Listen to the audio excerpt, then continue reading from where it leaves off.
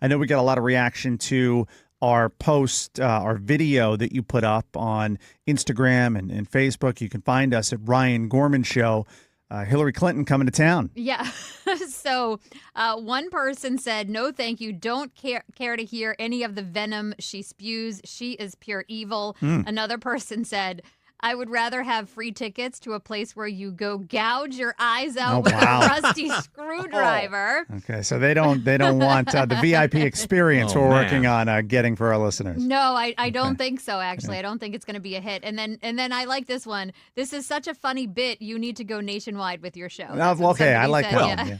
That's a good one. Naturally. Another person said, oh, darn, I'll be in Chicago for the marathon. I can't make it. Oh, that's a shame. All right. And we figured listeners would be enthused about Hillary Clinton coming to town. I mean, to tell you, the enthusiasm that I'm hearing is just... Yeah. It's overwhelming. The one guy who would rather go and have his eyes gouged out, it's like, what do you really think, pal? Yeah. Exactly. No, they're very honest. All right. Let's get to today's top stories now presented by Bathmasters. Good morning, Reed. Good morning, Ryan. Good morning, Dana. And President Biden spoke to the country last night from Oval Office. His speech going just over 11 minutes. Very soft-spoken last night, and yes, there were a couple of stumbles, if you were keeping track of that. But he said his record merited a second term, but said his decision was a defense of democracy, saying it was more important than any title or any personal ambition. Didn't mention Donald Trump, but he said America will have to choose between moving forward and moving backward, between hope and hate, and unity and division. Here's some clips from that Oval Office address, and we'll start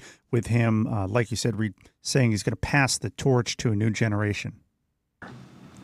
I believe my record as president, my leadership in the world, my vision for America's future, all merited a second term. But nothing can come in the way of saving our democracy. That includes personal ambition. So I've decided the best way forward is to pass the torch to a new generation. It's the best way to unite our nation. You know, there is a time and a place for long years of experience in public life. There's also a time and a place for new voices, fresh voices, yes, younger voices. And then I thought this was actually a pretty good part of what overall I thought was pretty unremarkable speech. I didn't think it was very memorable aside from just the historic nature of it, but I did think this was a pretty good part. Nowhere else on earth could a kid with a stutter from modest beginnings in Scranton, Pennsylvania, and Claymont, Delaware, one day sit behind the resolute desk in the Oval Office as President of the United States. But here I am. That's what's so special about America. We're a nation of promise and possibilities, of dreamers and doers, of ordinary Americans doing extraordinary things. So I thought that was good, and then this is how he wrapped things up. I've given my heart and my soul to our nation, like so many others. I've been blessed a million times in return with the love and support of the American people. I hope you have some idea how grateful I am to all of you. The great thing about America is here, kings and dictators do not rule, the people do. History is in your hands. The power is in your hands.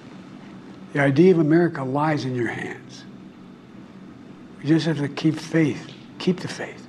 And remember who we are. We're the United States of America. And there's simply nothing beyond our capacity. Sounds like a lot of responsibility we have. Yeah, really. My God. He's so soft spoken though that there's like no energy behind it at all. It was hard to watch and not fall asleep. Yeah, I didn't think it was a particularly memorable speech. Ultimately, look, Biden got to the right place with his decision to step aside, obviously, but it was less about the reasons that he stated him getting there, more about, let's be honest, the pressure he felt from voters and then, in turn, members of Congress, because they were looking at the polling. And, the problem he has, and I think when we look back at the Biden presidency, there's no question there is a pretty significant list of, and I mean, you use the word accomplishments. Obviously, some people are going to disagree. They're going to think, well, I wish those bills hadn't been passed. But just in terms of passing legislation, I mean, there's no question you could step through all the different things that got through Congress, got to his desk, and he signed that weren't, one-offs like small bills. I mean, you're talking about, a big bipartisan transportation and infrastructure package. You've got whatever you think about the Inflation Reduction Act or its ridiculous name. That was a big piece of legislation with like consequential climate stuff in it. Again, whether you're for that or against it, it got passed. It got done. The CHIPS Act. I mean, you can go through a number of different things, but when he says, I feel like I've done well enough to merit a second term. Well, the American people clearly don't feel that way because the numbers are just brutal for them. They just don't see it that way. And I'll be honest with you, I don't think he looked great. No, he didn't look. Not at all. And my big takeaway from that address was, I'm concerned. Can he do the job for the next couple of months? If there were to be a major crisis tomorrow, would he be able to handle it? I think that's a legit question. Yeah, he just seems everything is just really slow with him. Yeah.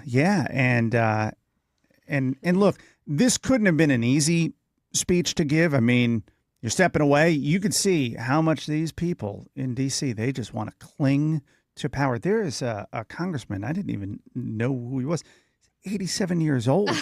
He's in the hospital. Can't let it go. Yeah, he's in the hospital, and he was running for re-election. I don't understand it. I don't get it either. When I'm old enough to retire, I'm out. I'm done. Yeah. But so it wasn't easy, I'm sure, for him to do this, to give that speech and walk away. But again, I didn't think it was all that great of a speech. I'm concerned about his ability to do the job. But there you have it, some of the highlights from President Biden's Oval Office address. Very quickly on your question there, Congress is all about seniority, so it's maybe not all that surprising that someone in their 80s would still be holding on to power. Polk County Sheriff Grady Judd and School Superintendent Fred Hyde talking yesterday about state-of-the-art technology that will include cameras mounted on school buses to capture the images and license plates of drivers who go around a bus displaying a stop signal.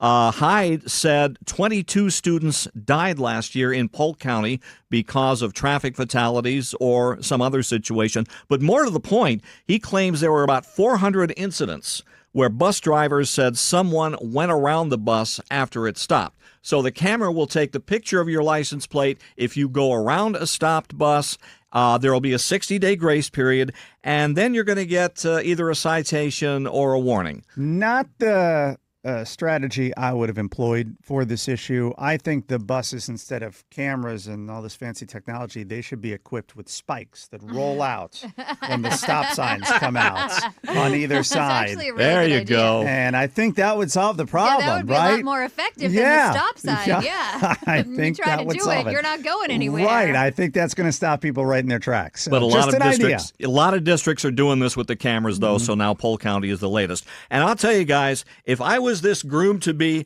I would get in my car and I would drive and I would never stop. That's a great story. After I got out of the hospital, that is. Seems the love of his life, 26-year-old Molly Rose Hogan, didn't like the terms of their proposed prenup and not only beat him up, but chomped down on the arms of his brother when he tried to intervene in the fight. Witnesses say the guy was set to marry Hogan on Saturday in St. Petersburg. It happened in St. Pete.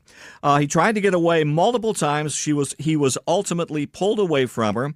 She's been charged with domestic battery and has been ordered not to have any contact with either the groom-to-be or his brother. But apparently the wedding registry still urges friends and family to join the epic journey. Yeah. To the ER. Pretty epic. Right. Yeah. Bandages, that's what they're looking for wedding gifts.